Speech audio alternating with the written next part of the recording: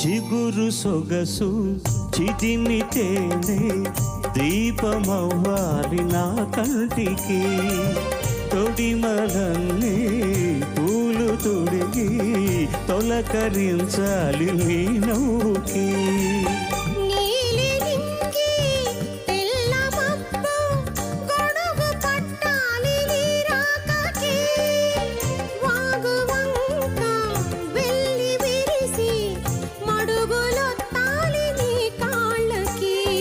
కన్నులలో